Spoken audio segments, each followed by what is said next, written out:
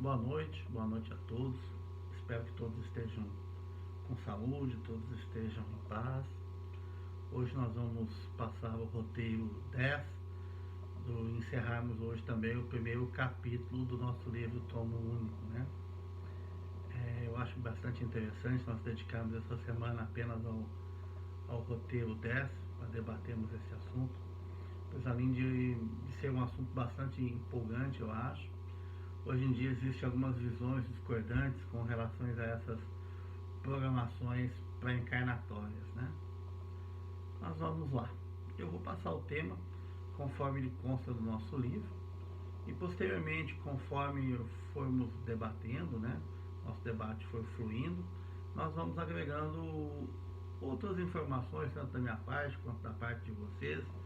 Sempre tem um espaço aqui bem aberto, acho que é bem democrático, e eu particularmente gosto muito quando as pessoas participam e trazem visões diferentes ou uma concordância bem embasada, enfim, acho isso sempre muito interessante. Mas vamos lá. Primeiramente nós vamos falar sobre o que e como consiste a escolha das provas, dos resgates a serem passados em uma nova encarnação, né? Segundo o Espiritismo, né, as provas e os resgates da existência física, eles não são impostos por Deus vamos dizer assim, pois lá na erraticidade, né, como é que eu vou explicar isso? Pois quando estamos na erraticidade, antes de reencarnarmos no plano físico, o espírito ele escolhe ali o gênero de suas provas, ou pelas provas pelas quais ele pretende passar, né? Como eu falei, todo o fluxo das leis divinas, ou seja, as leis universais que regem o nosso universo, eles não fazem nenhuma imposição reencarnatória para o espírito. Ele deixa ele no seu livre-arbítrio para que ele faça assim as suas escolhas. Desta forma, o espírito a reencarnar tem toda a liberdade de trilhar o seu caminho, tanto o caminho para o bem quanto o caminho para o mal. Estas programações pré-encarnatórias, elas dizem respeito aos aspectos, aos gêneros, ao tipo de resgate que o espírito irá submeter, o tipo de problema, um tipo de relacionamento, a aceitações físicas, aceitações sociais, problemas de relacionamentos familiares, ou problemas relacionados à sua índole, enfim, é uma série de princípios os quais esse espírito sente a falta de um deles, ou sente a necessidade de aprimoramento, se submete ao reencarnar. Os acontecimentos menores que acontecem em nossas vidas, pode ser dizer que eles são sim consequências da nossa programação pré-encarnatória, mas eles estão mais ligados à forma pela que estamos conduzindo, né, a atual vida terrena, pois, como sabemos, nós temos nosso livre-arbítrio, né? Dessa forma, eu posso me submeter a um resgate. Exemplo, eu vou me submeter a um resgate de um sentimento excessivo de posse. E se nessa encarnação eu vou perder ou não muitos bens, isso é consequência da forma a qual eu vou conduzir, né, essa minha experiência terrena, ou a forma a qual eu vou drenar o meu sentimento de posse. Então não pode dizer que alguma coisa pequena que vai acontecer comigo nessa existência é por causa da minha programação pré-encarnatória. Não, é por causa do meu livre-arbítrio na condução da minha vida atual. Até tem uma passagem no texto do livro que ela diz mais ou menos assim: se tomarmos uma estrada que ela é cheia de buracos e de pedras, você sabe que você vai ter alguma dificuldade para andar, você vai ter que andar mais cautelosamente. Dessa forma, haverá a probabilidade de cair, com certeza, probabilidade de tropeçar. Contudo, se você for ali uma pessoa prudente, observador desse caminho, e como você está seguindo esse caminho, olhar para esse caminho, analisar com cautela onde pisa, onde está passando, né? Eventualmente você não cairá. Você pode até tropeçar. Mas se você tem o discernimento de como se equilibrar, você consegue voltar à sua caminhada novamente. Então, aspectos secundários, vamos dizer assim, entende que não faz parte da nossa programação pré-encarnatória, né? Vamos falar lá um pouco agora sobre os critérios utilizados para escolher essas provas, para escolhermos esses resgates. Conforme o grau de evolução do espírito, ele terá um melhor discernimento, é claro, para escolher ali quais vai ser suas falhas, como ele irá se propor ao resgate, como ele irá conduzir a sua próxima encarnação, né? Pois o espírito, assim, já com um pouco de entendimento, ele saberá avaliar melhor as suas falhas, né? E ele saberá também de que forma ele deverá estar e de como ele irá se preparar para corrigi-las, né? Além de escolher a programação, há a possibilidade de optar pela forma, de que modo ele irá superar o resgate que ele está programando para aquela existência. Eu vou tentar dar mais aqui um outro exemplo. O espírito entende que nessa reencarnação deverá superar um apego por alguns vícios, esses vícios que custem caro, que custem valor elevado, né? Para manter esses vícios. Dessa forma, esse espírito poderá optar por vir numa situação que ele não tenha condição financeira, e assim ele não terá acesso àquele determinado vício. Ele pode até saber da existência daquele vício, mas infelizmente por não ter condições, ele não vai poder usufruir daquele vício que é o seu resgate. A sua cura, ela vai vir ali então pela sua condição financeira e pela falta de possibilidade de sustentar aquele vício, ou seja, não vai ter aquele vício.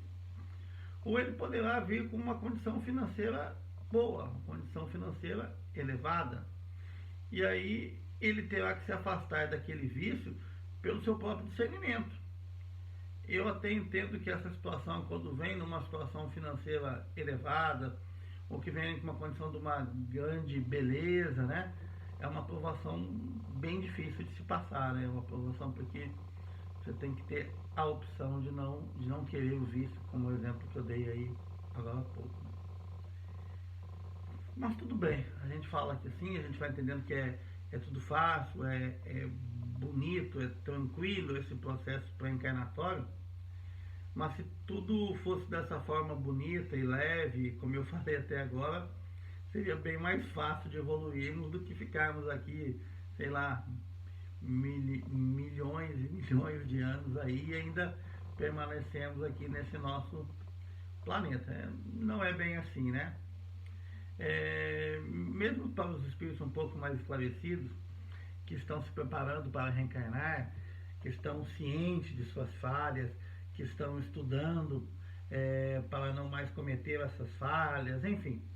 Mesmo assim, é muito difícil passar por esse nosso mundo terreno de provas, né? Como é que eu vou dizer? Nós temos o nosso véu do esquecimento. E o nosso véu do esquecimento não nos permite entender o porquê que reencarnamos e quais são essas nossas programações, quais são nossas falhas a serem corrigidas, né? Outro fator importante que eu gostaria de destacar é o nosso desligamento do divino, né? Quando nós nascemos, temos ali nossa infância, coisa assim, nós nos desligamos do divino, né? E a partir do momento que nós estamos ali encarnados, nós nos ligamos muito mais aos sentimentos materiais, aos sentimentos mundanos, né? E muitas vezes demora para termos novamente o despertar que estamos aqui para efetuarmos algum resgate, né? E outras vezes também nós não levamos esse nosso despertar muito a sério, né? E aí nós vamos, creio que, esquecendo ou não dando uma real importância ao nosso resgate e, de certa forma, até postergando eles para uma próxima vinda ou para o final da nossa existência, aí já pode ser tarde, né? Outro fator importante é que muitas vezes nós não temos apenas um ou dois pontos a serem resgatados. Muitos desses pontos eles estão interligados. E aí vai se tornando um pouco mais difícil o nosso resgate, né? Pois nós não conseguimos nos focar apenas num, e esse ponto pode ter ali ressonância com outro resgate. Isso tudo, né? Sem contar da nossa correlação com outros encarnados que estão aqui. E cada um com os seus resgates, cada um com sua bagagem espiritual, com seus resgates, os seus conflitos, e muitos deles nós ainda temos em comum, nós com esse irmão que está aqui ao nosso lado, né? Isso vai causando em nós um desgaste vibratório, ou melhor, a nossa gangorra vibracional, né? Por não conseguimos nos manter sempre na mesma vibração, né? Então, com isso a gente pode entender que é difícil entendermos esses nossos resgates e conduzi-los de uma forma apropriada, né? Lá na terceira parte do nosso estudo, né? Nós vamos falar um pouco sobre os espíritos que não têm ou não conseguem ter o conhecimento ou o direito de escolher as suas provações reencarnatórias. Por que eu falo do conhecimento? O conhecimento é porque são espíritos que estão ali numa faixa evolutiva inferior, ou estão em regiões até umbralinas mais densas, né, que não têm muito acesso a muita informação qualificada, né? E esses eventualmente eles não têm um direito de escolher, eles não estão aptos ainda a ter o conhecimento ou a ter esse discernimento da escolha, né? Muitos espíritos, e aí eu vou falar alguma coisa agora, uma parte que eu acho, né, que a grande maioria de nós está nesses, né? Mas voltando ali no livro, diz que esses espíritos, pela sua inferioridade evolutiva, pela sua má vontade, ou por sua falta de preparo, né, pelas regiões, como eu disse, onde eles se encontram, né, o fluxo da espiritualidade divina, ele supre toda essa inexperiência que esse espírito tem, ou essa inferioridade que esse espírito tem, e cabe daí a essa espiritualidade superior traçar o caminho das provas e dos resgates reencarnatórios que esse espírito vai ter. A gente chama ali assim de uma encarnação compulsória, né? Que a pessoa vem por um impulso, vem porque ele é mandado a vir, né? Nós estudamos, acho que lá no livro 1, no livro 2, as formas de reencarnação, né? E lá fala um pouco sobre isso. Mas as provações terrenas que esse espírito deve seguir, então, elas são conduzidas por essa espiritualidade maior, né? Por esse fluxo da espiritualidade maior. Porém, né, pouco a pouco, esse espírito vai conduzindo o seu caminho aqui no mundo terreno, e à medida que eles forem evoluindo, eles vão adquirindo a consciência entre o certo e o errado. Dessa forma, eles vão se reaproximando do Pai, né? Vão se aproximando das hastes mais celestiais dos espíritos, e vão, de qualquer forma, vão se qualificando. E dessa forma, numa próxima encarnação, né, ele desencarna, fica lá, já consegue ter um pouquinho de estudo, né? E numa próxima encarnação eles retornem mais preparados para ter uma passagem terrena, né, daí mais produtiva. Eu vou fazer um comentário particular meu, que eu acho que a grande maioria de nós está nessa esfera evolutiva, sabe? Nós estamos aqui meio que no susto, e estamos aprendendo, e temos que evoluir, temos que aproveitar ao máximo a nossa passagem aqui, o máximo de informação, o máximo de elevação que a gente consiga ter, assim, vibracional, para que numa próxima a gente volte um pouquinho melhor, né? Vamos lá. Falar sobre... Muitos podem questionar assim que eu não falei sobre esses espíritos que vêm a reencarnar numa situação de missão, né?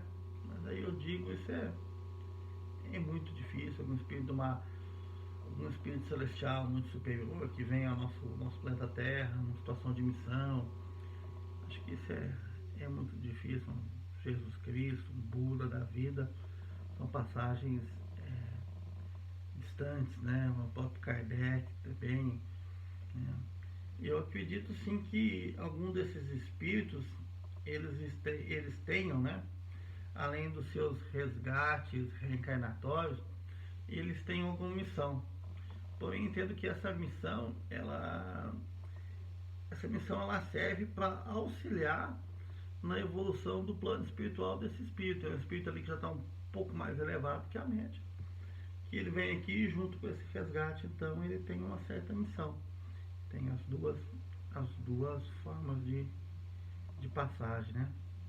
Bom, para encerrar, eu gostaria de comentar, ou melhor, eu gostaria de pedir para que vocês dessem uma lida num trecho que tem no nosso livro, trazido lá por André Luiz, na psicografia do Chico Xavier.